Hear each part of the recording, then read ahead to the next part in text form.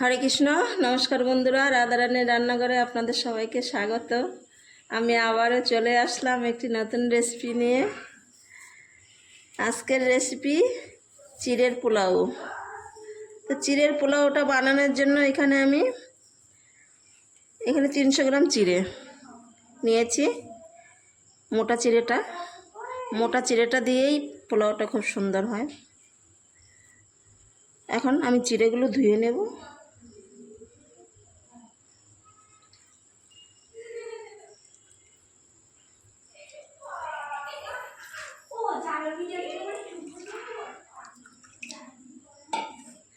চিড়ের মধ্যে অনেক ময়লা থাকে, ভালো করে চিড়েগুলো একটু ধুয়ে নেবেন।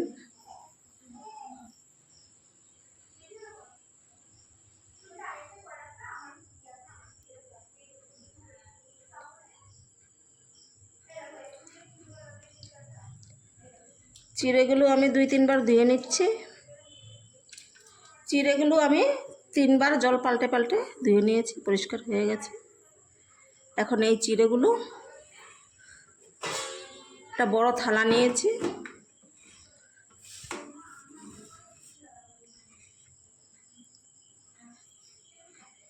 চিড়াগুলো এখন এই থালাটার মধ্যে মেলে দেব।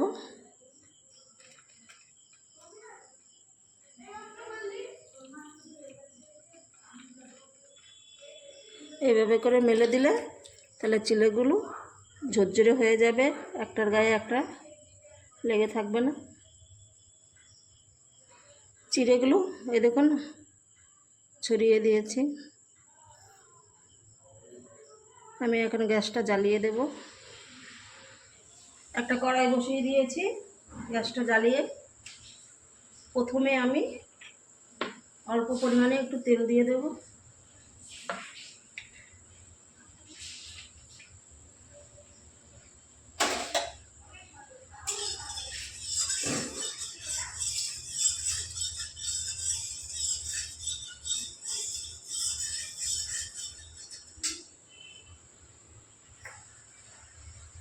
প্রথমে আমি কাজু বাদামগুলো ভেজে নিচ্ছি।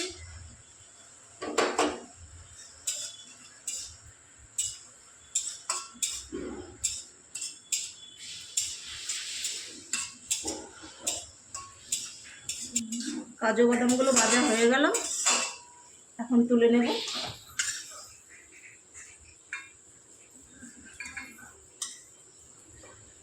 এখানে কিছুটা কিশমিশ নিয়েছি, কিশমিশটাও ভেজে নিচ্ছি।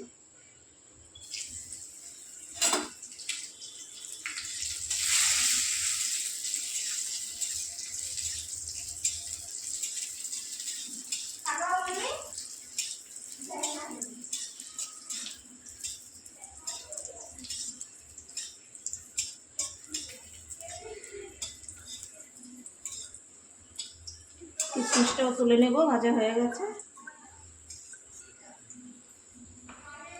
আবারও একটু তেল দিয়ে দিচ্ছি।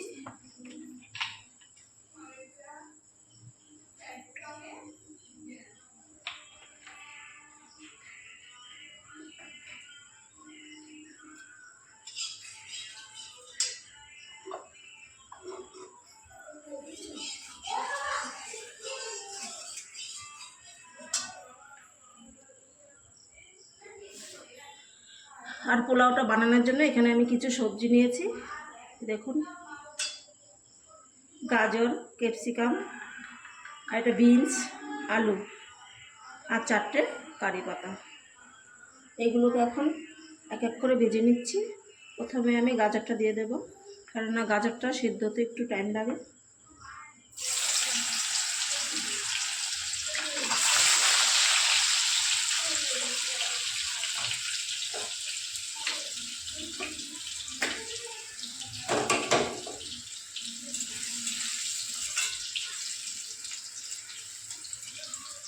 আমি অনেকটা পরিমাণে পোলাও বানাচ্ছি, সেজন্য তেলটাও বেশি দেখাচ্ছে। আপনারা যেরকম পরিমাণে করবেন সেরকম তেল দিয়ে দেবেন। গাজরটা একটু ভাজার পরে এখন দিয়ে দেব বিনস আর আলু।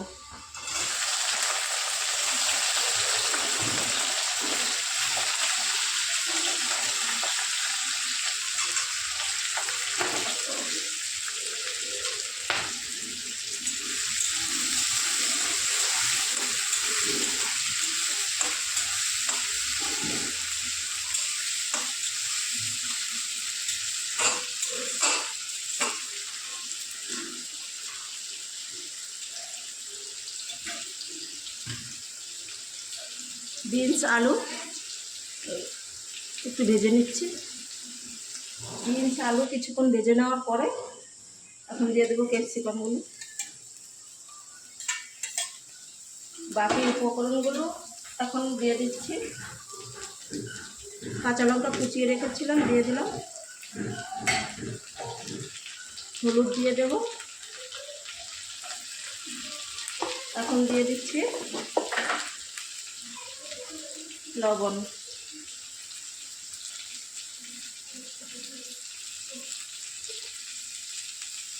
পরিমাণ মতন লবণটাও দিয়ে দিলাম।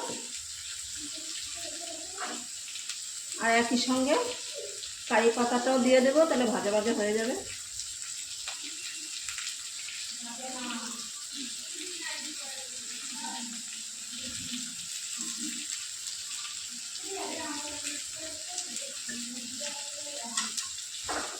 এখন সমস্ত উপকরণগুলো আমি একটু ভাজা ভাজা করে নিচ্ছি।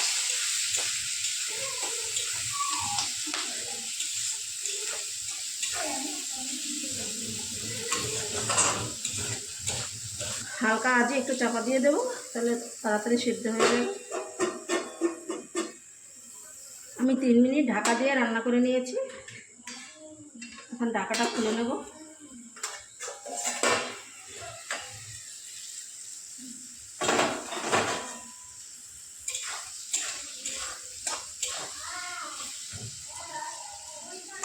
আলুটাও সিদ্ধ হয়ে গেছে, ক্যাপসিকামটাও সিদ্ধ হয়ে গেছে, আর একটু সিদ্ধ হবে।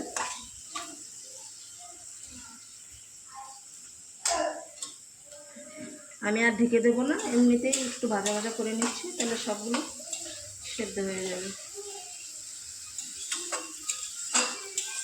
আমি আবারও কিছুক্ষণ ভেজে নিয়েছি,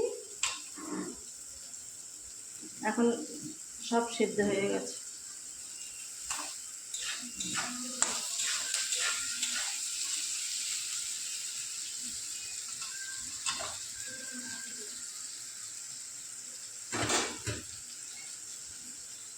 এখন যে চিড়েগুলো ভিজিয়ে রেখেছিলাম, দেখুন কতটা ঝরঝরে হয়ে গেছে। এখন এগুলো দিয়ে দেবো।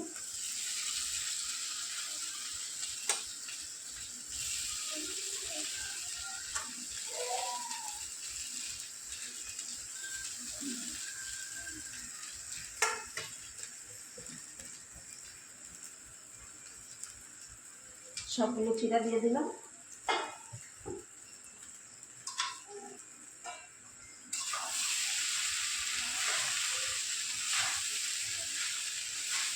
এবার আলতো হাতে এভাবে মিশিয়ে নিতে হবে।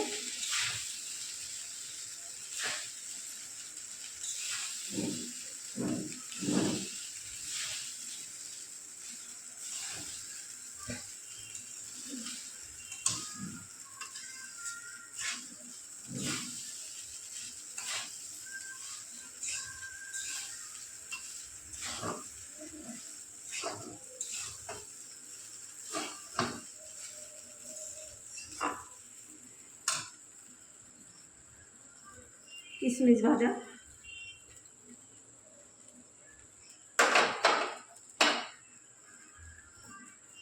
কাজু বাদাম,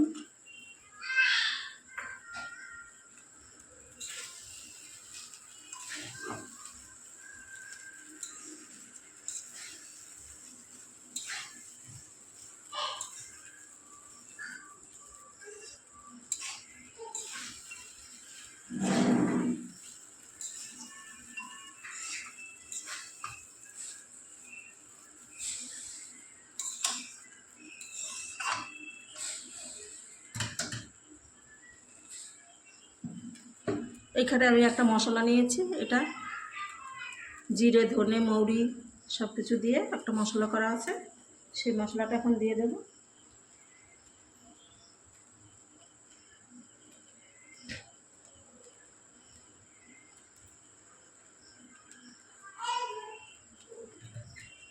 ভালো করে মিশিয়ে নিচ্ছি।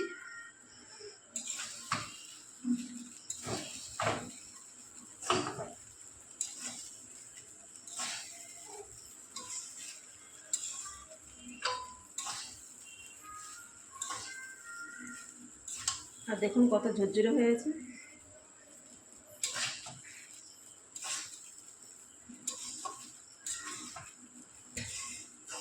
আর 2-3 মিনিট আমি রান্নাটা করে নিচ্ছি, তাহলেই চিড়ের পোলাও রেডি হয়ে যাবে। আমি আবারও 2-3 মিনিট রান্নাটা করে নিলাম। দেখুন পুরোপুরি হয়ে গেছে, আর কতটা ঝরঝরে হয়েছে, যে একটার সঙ্গে কিন্তু একটা লাগেনি, পুরো একদম ঝরঝরে হয়ে গেছে। আমি এখন নামিয়ে নিচ্ছি। চিড়ের পোলাওটা আমি একটা পাত্রে ঢেলে নিয়েছি, আর উপর দিয়ে 4-5টা কাজু বাদাম সাজিয়ে দিলাম। আর দেখুন কতটা সুন্দর লাগছে। এইভাবে করে আপনারাও বাড়িতে বানিয়ে খাবেন, দেখবেন খুব সুন্দর লাগে। আর আমার এই পোলাওর রেসিপিটা আপনাদের কেমন লাগলো কমেন্ট করে জানাবেন।